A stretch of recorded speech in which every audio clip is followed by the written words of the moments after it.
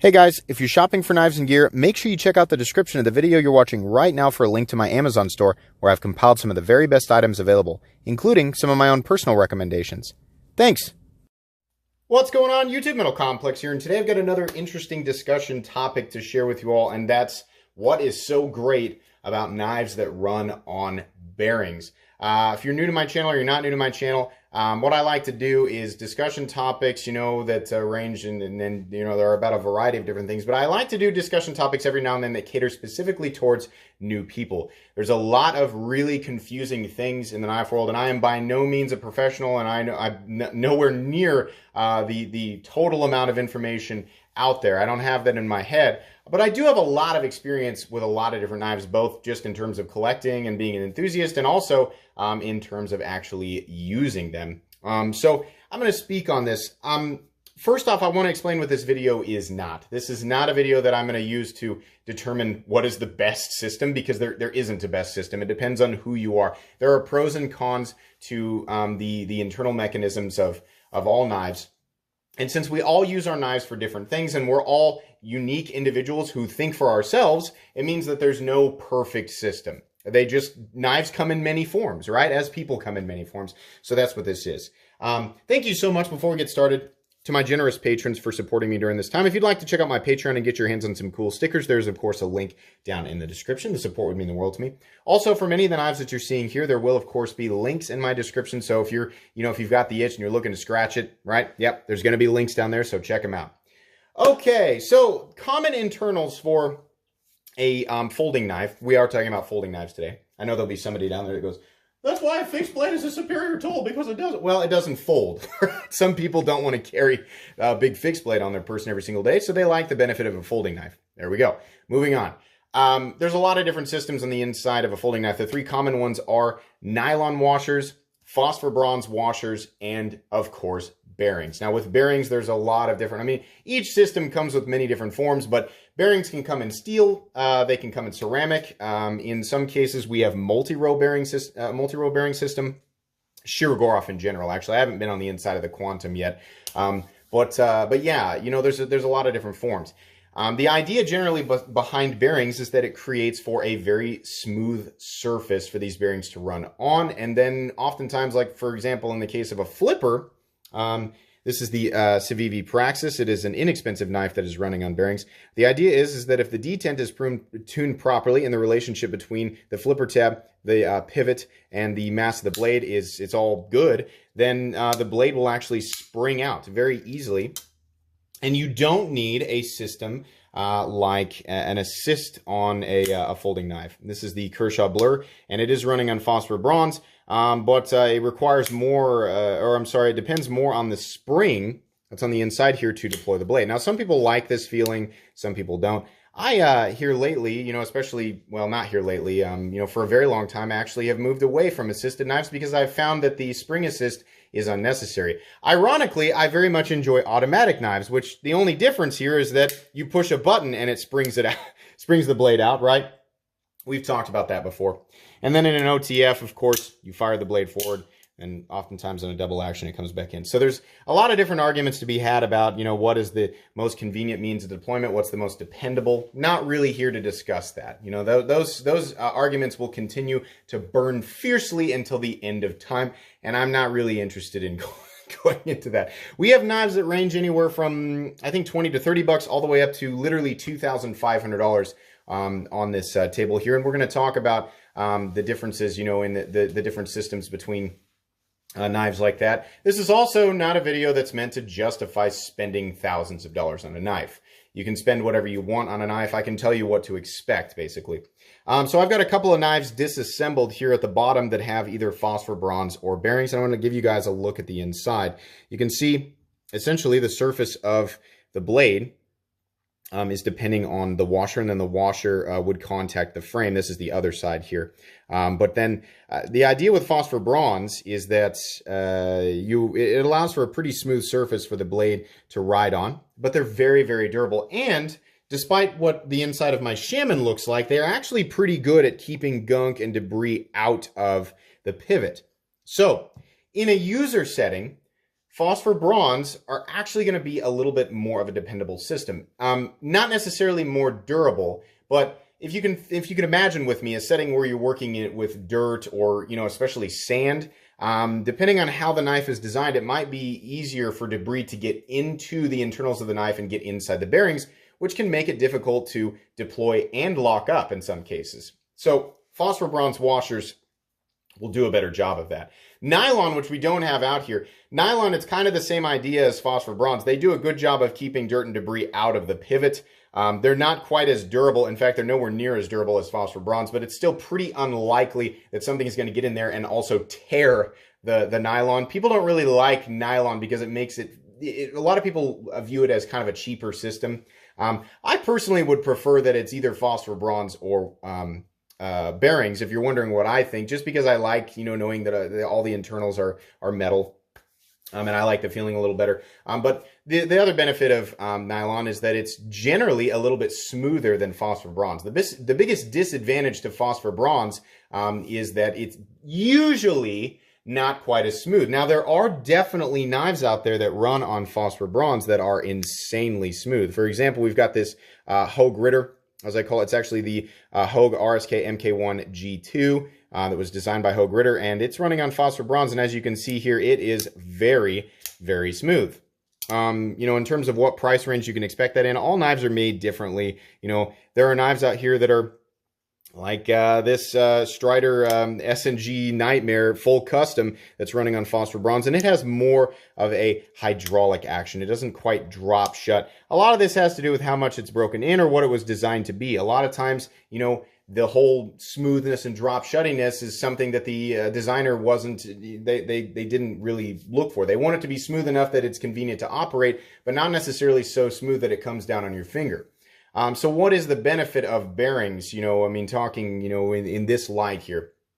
Bearings, like I said, allow for the blade to ride, smoothly from its closed position to its open position. Oftentimes, bearings, in my opinion, actually negate the need for a spring altogether. A lot of times it's going to depend on how, used to, like in terms of a thumb stud deployer that's running on phosphor bronze, the Ontario Rat here. It's very easy for me to manipulate and fire, right? But I remember there was a time where I was like, what, I know that there are people watching who are like, I've tried to use thumb stud openers and it always just kind of does this, and I just don't understand. Once you understand exactly where to put pressure on any given design, right? If everything's created properly, whether it's running on bearings or phosphor bronze, you can generally get it to deploy, and it will be essentially the same thing as, see if I can do the reverse flick. Yeah. The same idea as a knife with bearings. But a knife with bearings, for the most part, I've found that it's just easier, right? The most popular types of folding knives that are out there right now are generally flipper frame locks that run on bearings because, number one, people like the feeling of it, right?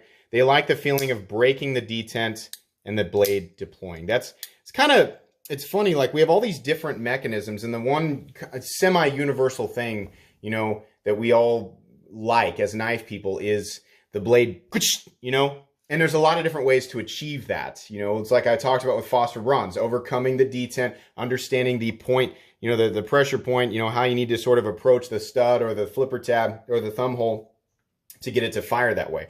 It's not necessary though. Firing your blade or deploying your blade that way is not necessary. In fact, in most cases with my Spyderco Para 3, which also is running on phosphor bronze, I kind of just like to wheel it out, right? But is it fun to sort of fire it out or kick it out, every now and then? Sure, it is, right? And that is greatly emphasized in a knife that is, especially a flipper, titanium frame lock flipper that's running on bearings. This is a Riati Epoch, or Riat. I can't believe I just said Riati.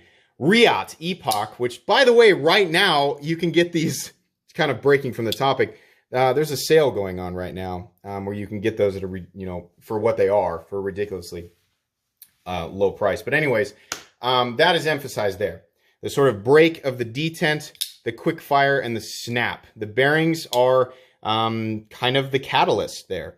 Now, the other big thing, the other big magnified emphasis in all this is the, and when I came into the knife world, this wasn't as much of a thing, but it is now. The fall shuttiness. We'll use this Shirogorov Quantum. I'm sure some of you are like, when did you unbox that? I haven't yet. This is kind of a preview.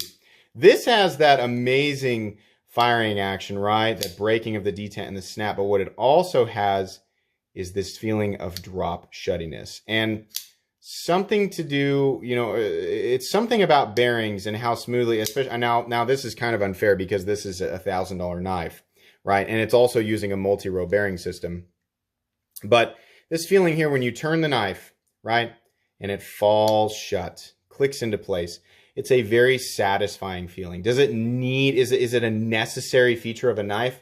No. In fact, you're really not gaining anything in terms of utility in fall shuttiness. And I remember coming into this and thinking, oh, that's superior because it must have to do with like ease of manipulation, right? The entire process of deploying the blade, using it and putting it away. The fact that bearings create for such a smooth opening and closing experience, I must be gaining some sort of benefit there.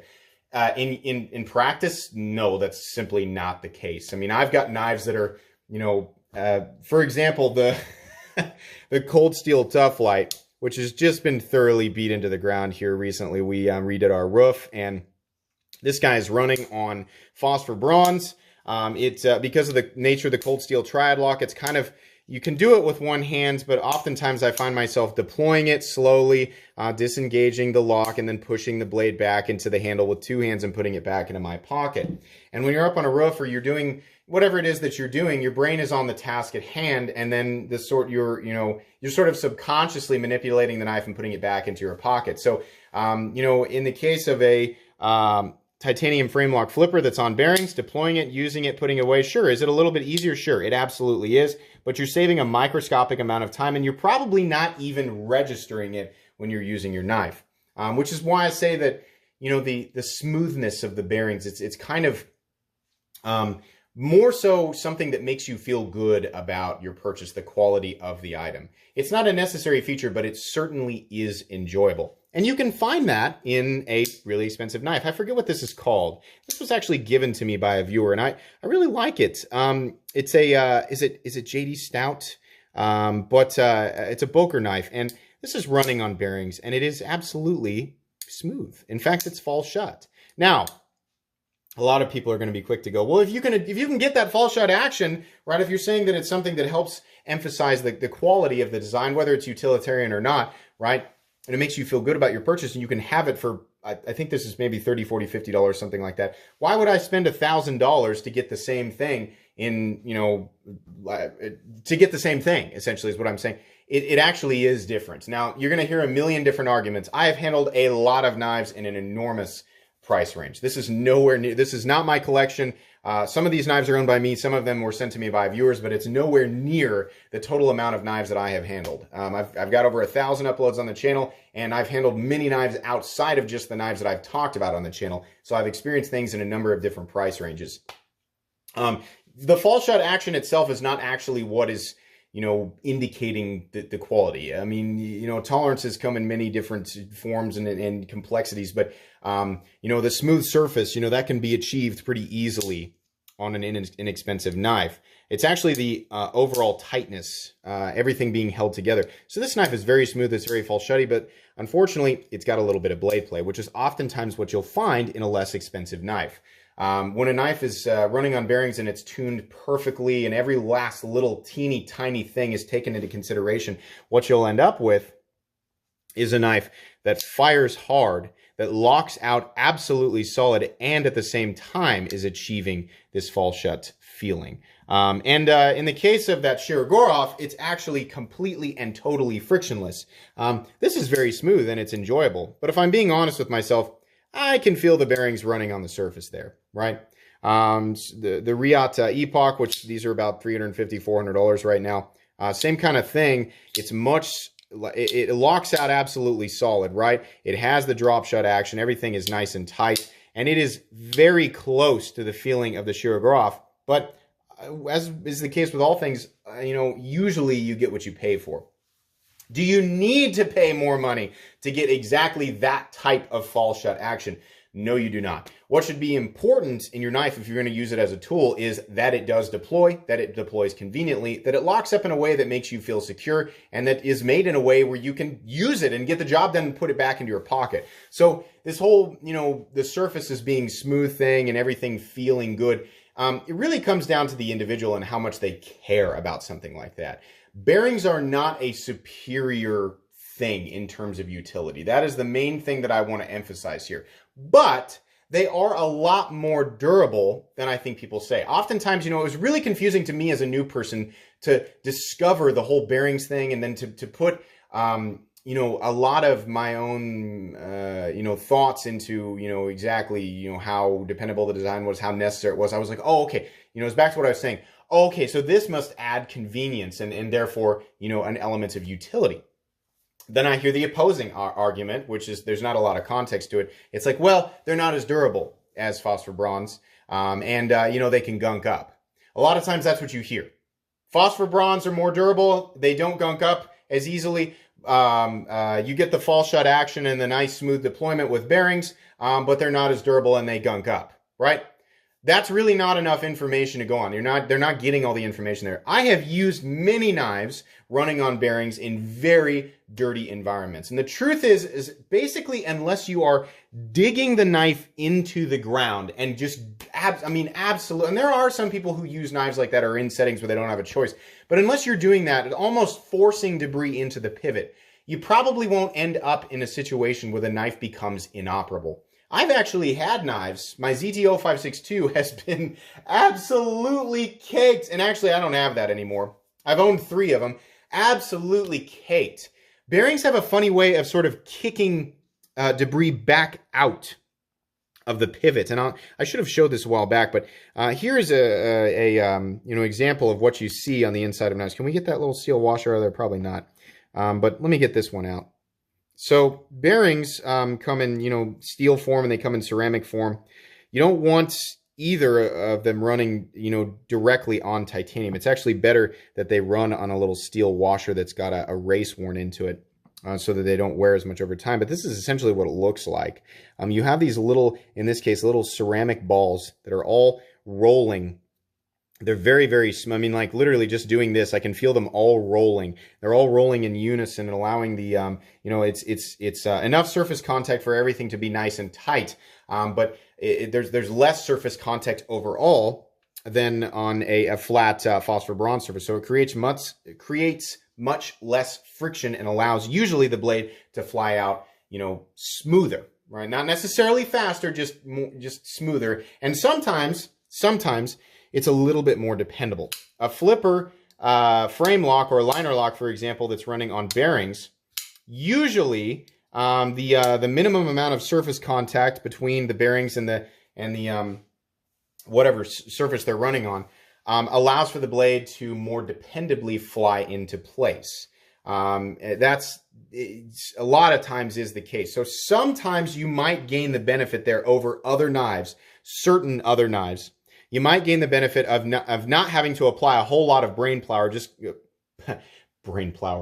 brain power to simply pulling the knife out of your pocket and just pushing down on the flipper tab. If the flipper tab is designed properly and there's a good detent or a fairly strong detent on the knife, then the bearings at that point take over, and it's pretty hard to actually not deploy the knife properly.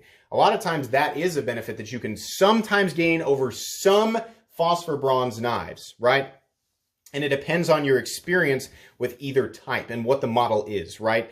So there's infinite variables. There are too many variables for anything to be completely and totally definitive here, and that's kind of the big emphasis.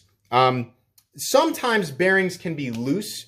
Sometimes on Shirogorov models and sometimes on really, really high-end models in general, the bearings are actually not caged like they are in this washer here. This is a common one. You can get bearings like this, and I mean, this is a medium. The Tepe Hornet is a kind of a mid-range knife. You oftentimes will see bearings like this in very inexpensive knives, and you'll see bearings like this in higher-end knives too. But a lot of times you'll see uncaged, free bearings in a multi-row bearing system, meaning instead of just having, what do we got here? We've got maybe, is that 10, 8? No, it looks like 8 or 9 bearings in there. Sorry, I'm not going to sit there and count. But on a multi-row bearing system, it sort of comes out like a spiral. Oftentimes, like if you zoomed out on the universe to see all the little individual galaxies, right? How the tails sort of come off, curving, right? Because the whole thing is spinning. That's kind of what it looks like on the inside there. Now, it's interesting because you'd think with more of those bearings and technically more surface contact that it might slow it down.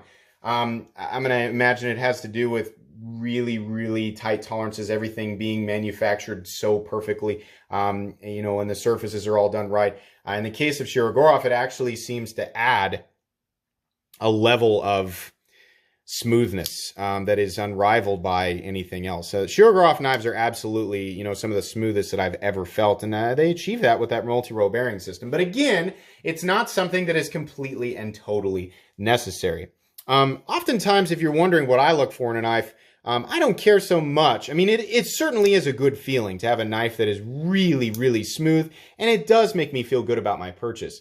But when the novelty of that new purchase wears off, especially if you plan on using the knife, what you'll come to find is that you care way less about that. What you care about is that everything holds together properly as you continue to use the knife. Is the knife easy to manipulate, right? Is it smooth enough to where I can get that knife out in however many different ways, are necessary, right? Can I get the knife out and can I put it away conveniently, right? That is the sign of a good tool. A good tool should, carry easily in the pocket, depending on your individual person, what you're doing, in your life. It should carry easily, efficiently, comfortably, right? You should be able to pull the knife from your pocket conveniently, and you should be able to immediately be able to deploy it. It doesn't have to be whack, it doesn't have to be clicked out or switched. It doesn't have to be, right? Slight tangent here. I hate it when people do this. Let me use the rat. I hate this. Why?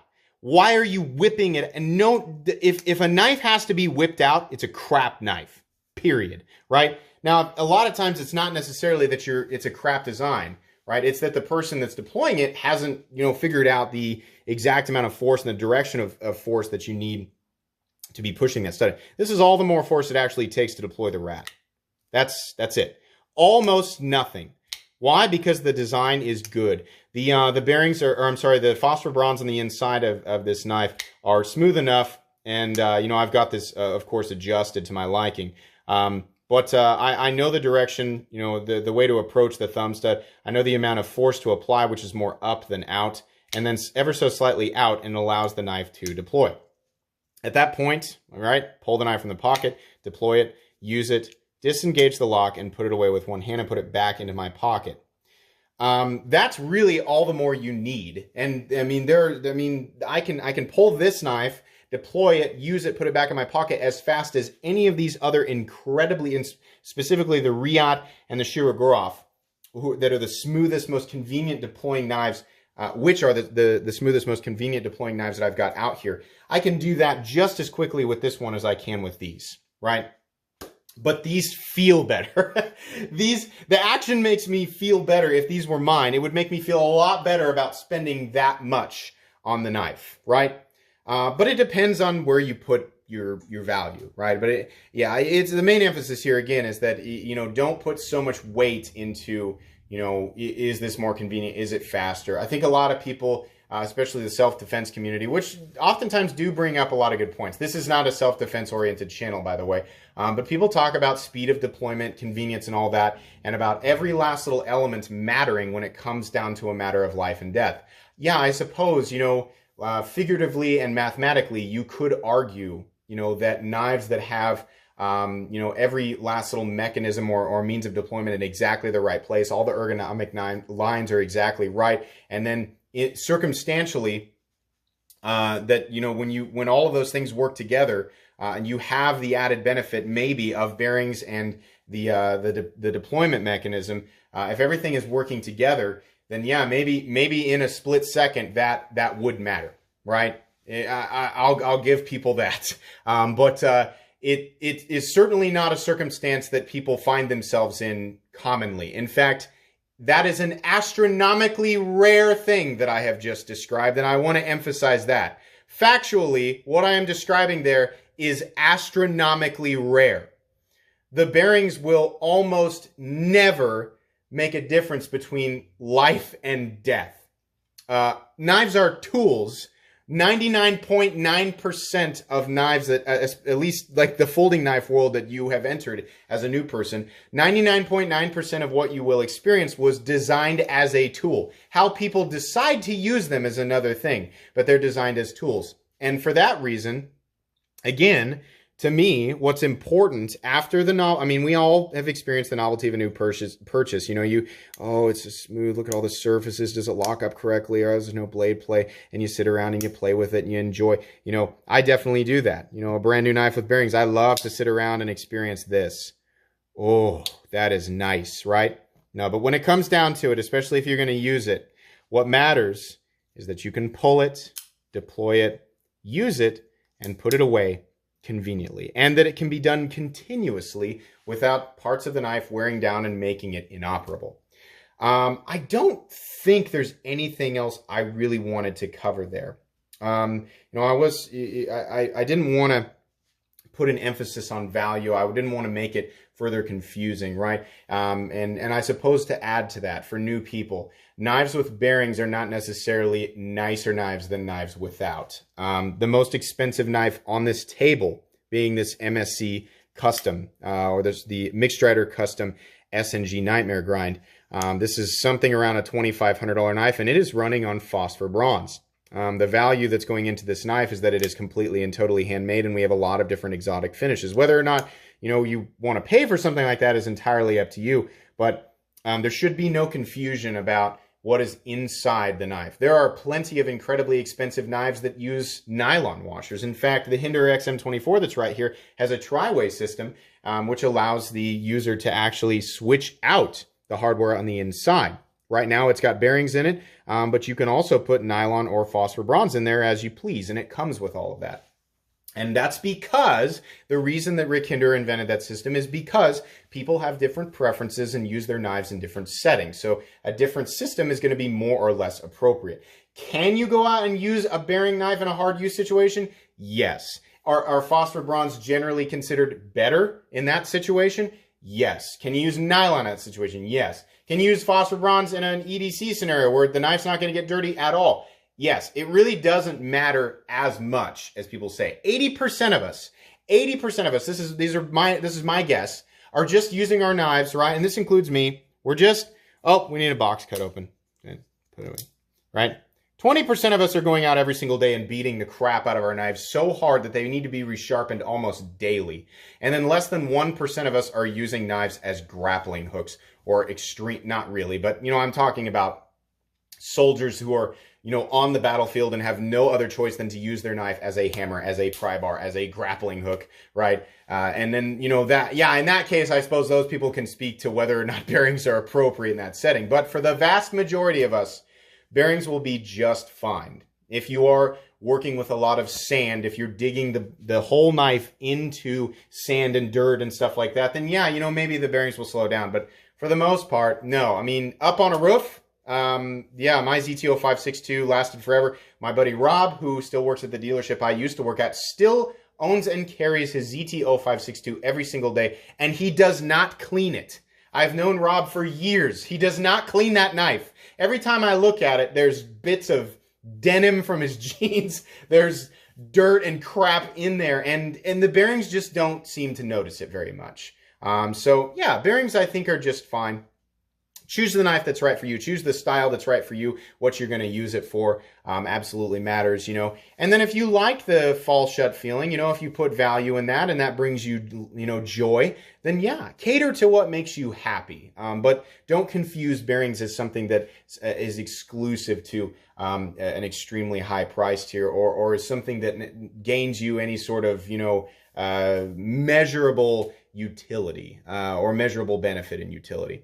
Guys, we're coming up on 30 minutes now, and I have definitely started to ramble and say the same things over and over and over again, so that's going to be pretty much it for today. I hope that you, at the very least, got something out of this, and if you're not a new person and you're somebody who, you know, already knew this, I hope that you were at least mildly entertained by it. If you enjoyed it for any reason, please leave a like. If you'd like to check out my other content, I do, of course, have lots of videos of knives that are either expensive or inexpensive that I do or don't like, so check those out, and if you enjoy all my content, go ahead and click on this metal complex logo right here and subscribe because there's definitely more coming. Thanks again for watching, everybody.